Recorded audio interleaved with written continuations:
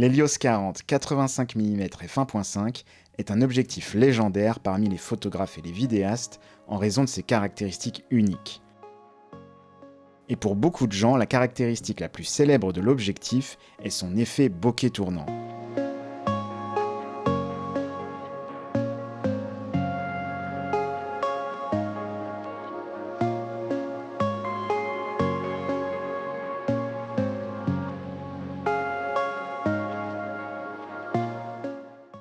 Alors quand j'ai enfin eu l'objectif, je me suis dit que je devrais l'utiliser pour des portraits avec le swirly bokeh ou bokeh tournant. L'Helios 40 est un véritable tank, avec une construction en métal solide mais extrêmement lourde. En raison du poids de cet objectif massif, je ne l'ai pas emporté avec moi lors de voyages ou de shooting. Et lentement dans mon esprit, l'objectif est devenu uniquement cet énorme objectif de portrait à bokeh tournant.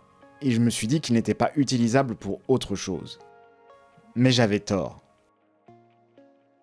Je viens de faire un petit voyage en Bretagne et je me suis dit que c'était l'occasion rêvée de donner une deuxième chance à cet objectif.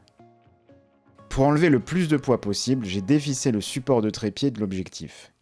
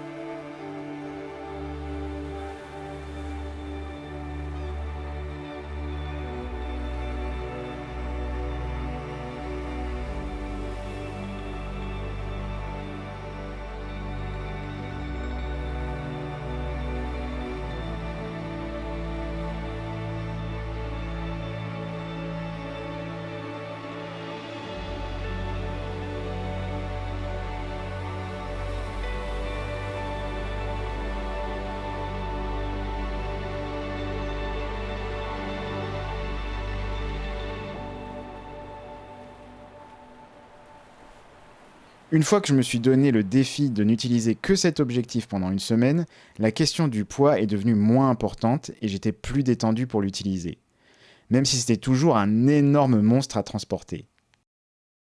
Bien sûr, l'objectif peut créer un bokeh tournant incroyable dans les bonnes conditions. Mais ce que j'ai découvert à propos de cet objectif m'a juste époustouflé.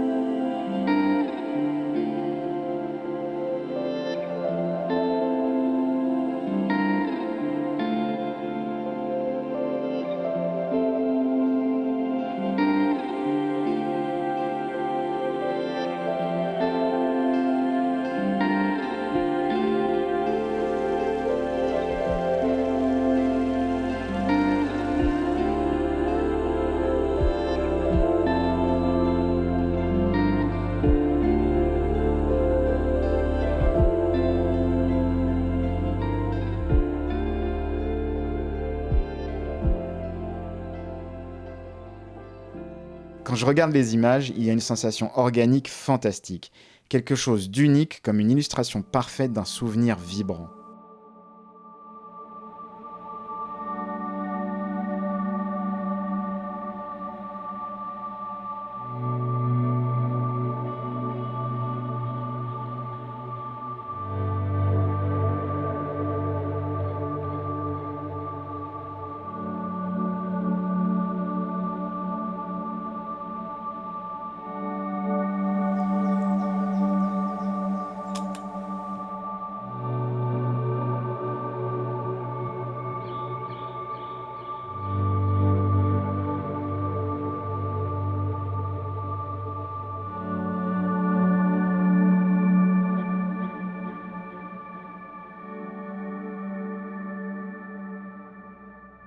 L'ouverture très large de l'objectif offre une séparation de sujets incroyable, ce qui permet facilement de concentrer l'histoire que vous racontez sur un personnage spécifique.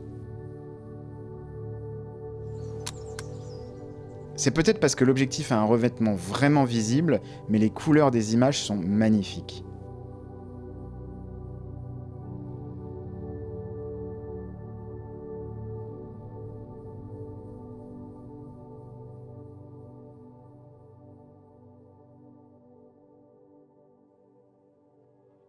J'avais tort à propos de cet objectif.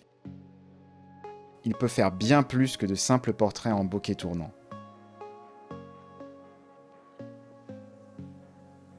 L'Helios 40 est un objectif pas comme les autres.